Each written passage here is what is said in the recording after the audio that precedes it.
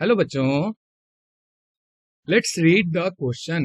Reabsorption of Na+ is controlled by. तो यहाँ हमें क्या पूछा जा रहा है कि एब्जॉर्प्शन जो है सोडियम प्लस आयन जो होता है, सोडियम पॉजिटिव Na+ आयन का रीअब्जॉर्प्शन यानी कि एब्जॉर्ब होने के बाद दोबारा से जब इसे एब्जॉर्ब किया जाता है तो वो किसके द्वारा कंट्रोल किया जाता है। ऑप्शन है हमारे वैसोप्रेसिन और ADH, एल्डोस्टेरोन, रेनिन या फिर रेनाइन। ठीक है, तो यहाँ हम लोग सबसे पहले सबको बारी बारी से यहाँ पे देखेंगे। तो वैसोप्रेसिन होता क्या है, सबसे पहले हमें ये चीज जानना होगा कि इसे हम लोग एंटी ड्यूरेटिक हार्मोन भी कहते हैं। क्या कहते हैं यहाँ? Anti diuretic.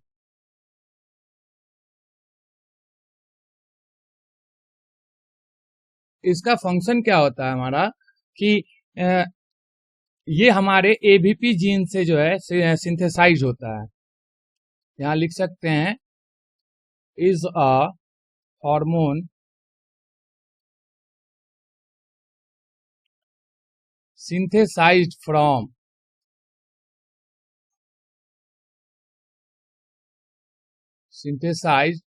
from the ABP। ABP का मतलब आप लोग समझ गए होंगे। मैं उम्मीद करता हूं कि मुझे ये बताना नहीं पड़े। ABP gene as a peptide pro hormone. Peptide का जो है हमें कैसे एक्ट करता है, ये कहाँ पे सिंथेसाइज किया जाता है? ABP जीन के द्वारा। किस रूप में? As a peptide pro hormone. Peptide pro hormone के जैसा ही ये जो है हमारा सिंथेसाइज किया जाता है। क्या चीज? एंटी ड्यूरेटिक कह सकते हैं हम लोग, एंटी ड्यूरेटिक और हार्मोन भी कहते हैं इसे। ADH को या वैसोप्रेसिन जो है हमारा, उसे एंटी ड्यूरेटिक हार्मोन भी कहते हैं। यहाँ मैं हार्मोन लिख देता हूँ, छूट गया था हमारा। ठीक है, और प्रो हार्मोन कहाँ से होगा? इन न्यूरॉन्स।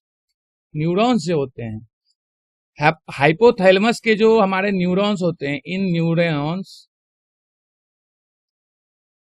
इन हाइपोथैलेमस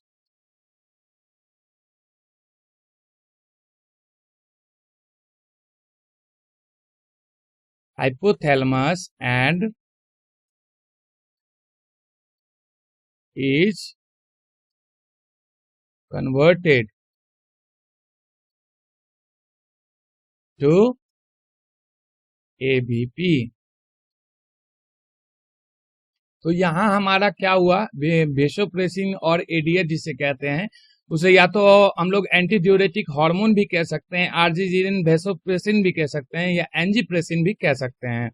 ठीक है, वो क्या है हमारा? वो हार्मोन कह सकते हैं। तो हमारा जो ये क्या हुआ, ये क्या चीज है, हमें ये देखना है। तो is a hormone synthesized from ABP gene. ये एक हार्मोन है जो कि सिंथेसाइज होता है, सिंथेसाइज किया जाता है कहाँ पे? ABP जीन में। अब किस रूप में से ये सिंथेसाइज किया जाता है? तो वो है हमारा पेप्टाइड प्रो हार्मोन, जो कि हमारे कहाँ होते हैं? न्यूरॉन्स में जो पाए जाते हैं, जो कि न्यूरॉन्स कहाँ फिर मिलेंगे? हमारे हाइपोथैलेमस में मिलेंगे। तो हाइपोथैलेमस के अंदर जो न्यूरॉन्स में पेप्टाइड प्रो हार्मोन के तरीके से के जैसे ही इस हार्मोन का सिंथेसिस होता है, जो कि बाद में क्या किया जाता है? कन्वर्ट कर दिया जाता है ABP में। ABP जीन में ये सिंथेसिस होता है और ABP में बदल दिया जाता है। तो ये हमारा Na+ सोडियम प्लस के जो है हमारा अब क्वेश्चन जो हमारा दिया हो गया रीअब्जॉर्प्शन ऑफ Na+, तो यहाँ ये हमारा ऑप्शन जो है वो गलत हो गया। ठीक है, नेक्स्ट चलते हैं हम लोग एल्डोस्टेरोन के पास। ठीक है, तो पहला ऑप्शन जो है हमारा वो क्या हो गया? इनकरेक्ट हो गया। क्वेश्चन से मिलाकर हमें आंसर देना है। तो क्वेश्चन में हमारा सोडियम का जो है, सोडियम प्लस आयन का जो है रीअब्जॉर्प्शन पूछा जा रहा है, और यहाँ पे ये क्या है? प्रो हार्मोन है, पेप्टाइड प्रो हार्मोन है, और ABP जीन में ये पाया जाता है और ABP बनाने के काम में यूज किया जाता है, सिंथेसाइज किया जाता है। ठीक है, नेक्स्ट चलते हैं हम लोग। यहाँ पहले मैं इसे रॉन्ग कर देता हूं, ये हमारा गलत आंसर है एडोल्स्टेरोन। ठीक है, ऑप्शन नंबर बी हमारा कहता है ये कहाँ सिक्रेट होता है? आप लोगों को पता होगा, ये हमारा सिक्रेट होता है एड्रिनल मेड्यूला में, ठीक है, secreted by adrenal medulla, okay. और जब इसकी फंक्शन की बात आती है तो ये हमारा कैसे एक्ट करता है, इट एक्ट्स एज और एक्ट्स मेनली इसका फंक्शन दिया गया mainly on the renal tubules,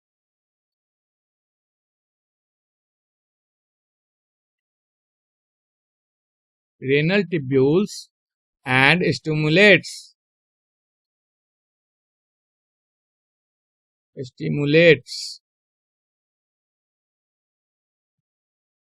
the reabsorption of Na plus of stimulates, I'm sorry here, the reabsorption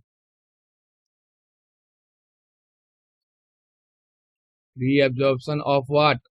Reabsorption of Na, that is sodium plus ion, okay, and water water का भी reabsorption करता है। उसके बाद क्या होगा, और जो है हमारा दूसरा क्या है, and excretion of K plus ion and phosphate ions,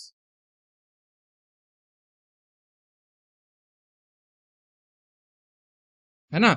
तो यहाँ पे हमें देखने को मिला है ये चीज की जो हमारा ये एल्डोस्टेरोन है वो क्या होता है, एक सेक्रेटेड होता है कहाँ पे, एड्रिनल मेड्यूला में, और एक्ट करता है किस तरीके से, रीनल ट्यूब्यूल, मेनली एक्ट करता है रेनल ट्यूब्यूल और पे ये रिएक्ट करता है या एक्ट करता है, और क्या करता है, जो हमारा सोडियम प्लस आयन और वाटर का जो रीअब्जॉर्प्शन है उसे ये स्टिमुलेशन प्रोवाइड करता है, और जो K प्लस आयन है और फोस्फेट आयन है उन्हें क्या करता है, ये बाहर की ओर एक्सक्रीट करता है, एक्सक्रीशन होता है, ठीक है। तो यहाँ पे अगर क्वेश्चन में रीअब्जॉर्प्शन ऑफ Na के जगह पर अगर हमें यह दिया जाता है कि excretion of K plus and phosphate ions, तब भी हमारा करेक्ट आंसर क्या होता है, ये सिक्रीशन एल्डोस्टेरोन होता है, क्योंकि ये एक हार्मोन ऐसा है, ये चीज जो है हमारा क्या करता है, एक्ट करता है किस चीज पे, ये हमारा एक्ट करता है सोडियम के रीअब्जॉर्प्शन पे और वाटर के रीअब्जॉर्प्शन पे। वहीं दूसरी तरफ ये जो है हमारा K प्लस आयन और फोस्फेट आयन के साथ एक्सक्रीशन भी करता है, ठीक है। नेक्स्ट चलते हम लोग दूसरा सी ऑप्शन पे, जो कि हमारा है रेनिन, ठीक है। तो हमारा करेक्ट आंसर ये हमारा निकल के आ चुका है, एल्डोस्टेरोन। अब देखते हैं ऑप्शन नंबर सी की बात। तो सी में हमारा आता है क्या, रेनिन। रेनिन के बारे में अगर देखा जाए तो रेनिन क्या है, तो हम लोग जानते होंगे कि ये एक एंजाइम है, ठीक है, आप लोगों ने पढ़ा भी होगा, it is an enzyme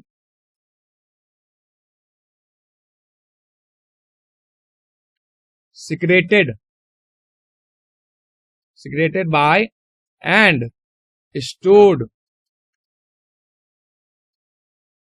in kidney। ये कहाँ पाया जाता है हमारा, ये रेनिन एंजाइम जो है वो क्या होता है, किडनी के द्वारा सिक्रीट किया जाता है, और स्टोर्ड भी ये जगह जो है इसका लोकेशन स्टोरेशन भी है, जो इसके जो कंटेन करके इसका कैरिंग कैपेसिटी भी जो है हमारा स्टोर करके रखा जाता है, किसके द्वारा होगा, वो भी किडनी ही करेगा, जिसके कारण इसका फंक्शन क्या हो जाता है, ये रीजन जो हमारा आता है which promotes the production of protein angiotensin. Protein angiotensin जो होता है उसके प्रमोशन को प्रोडक्शन को ये प्रमोट्स करता है, ठीक है, which promotes the production protein angiotensin,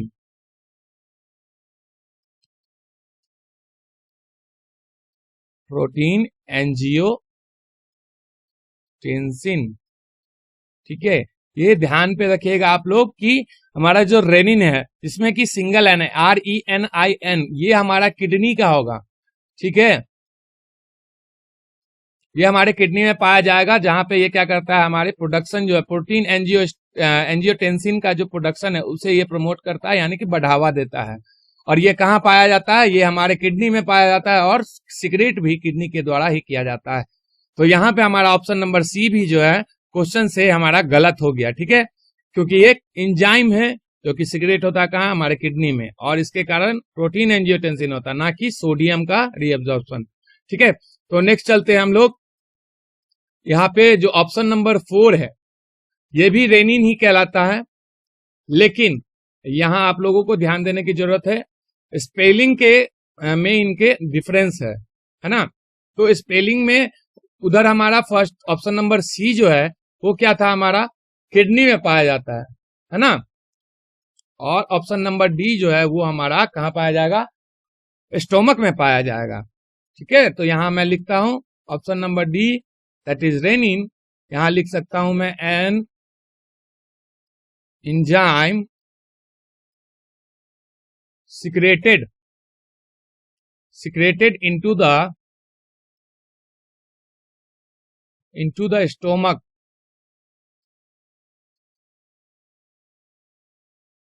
stomach of unweaned mammals,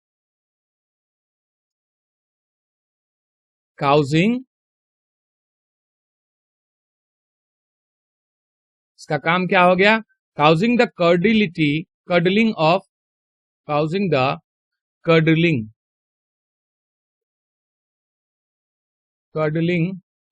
milk। अब यहां आती है बात कि कर्डलिंग हो रहा है मिल्क का। ये रेनिन जो है हमारा कहाँ पाया गया है, स्टोमक में पाया गया। किसके स्टोमक में ये सिक्रीट होता है, अनवीन्ड मैमल्स के। अनवीन्ड मैमल्स यहाँ पे हो गया हमारा, जिनका जो मैमल्स जो कि बहुत ज्यादा यंग हैं, ठीक है। यहां मैं लिखता हूं अनवीन्ड मैमल्स। आप लोगों ने सुना होगा कि क्या होता है कि कुछ मैमल्स जो हैं या टू यंग हो जाते, बहुत कम एज के होते हैं, तो उनमें ये सिक्रीशन देखने को मिलता है, ठीक है। वहीं दूसरी तरफ जो देखते हैं कि जिनकी जो हमारे बच्चे माँ जो है, जिनकी माँ मर जाती है, जो बच्चे जो जन्म लिए हुए थे नवजात रहते हैं, उनके माँ के मरनों के प्रांत या फिर उनसे सेपरेट होने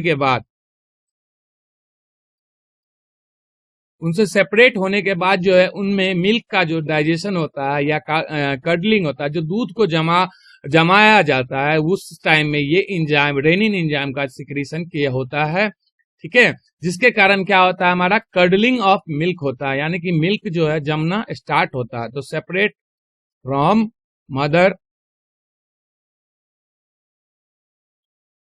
फिर से, या स्टिल डिपेंडेंट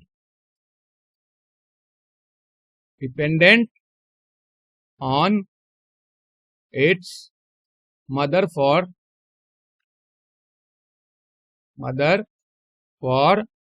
मिल्क। तो हमारे अनवीन्ड मैमल की अगर बात आई तो अनवीन्ड मैमल हमारे क्या होंगे, या तो बहुत छोटे नवजात बच्चे, ठीक है, जिनमें क्या होता है कर्डलिंग ऑफ मिल्क को जो है ये पोजेस करवाते हैं, कौन सा, रेनिन जो है एंजाइम जो है वो चीज सिक्रीट होकर के ये चीज काम करते हैं, दूध को जमाने में मदद करते हैं।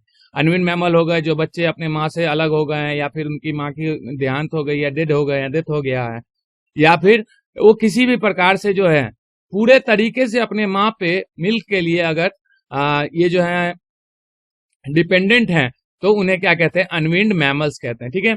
तो यहाँ पे ऑप्शंस के हिसाब से हमारा करेक्ट आंसर क्या हो गया, जो कि एल्डोस्टेरोन है, जो कि हमारे ट्यूब्यूल्स, रेनल ट्यूब्यूल्स पे एक्ट करता है और रीअब्जॉर्प्शन ऑफ Na को स्टिमुलेट करता है, ठीक है।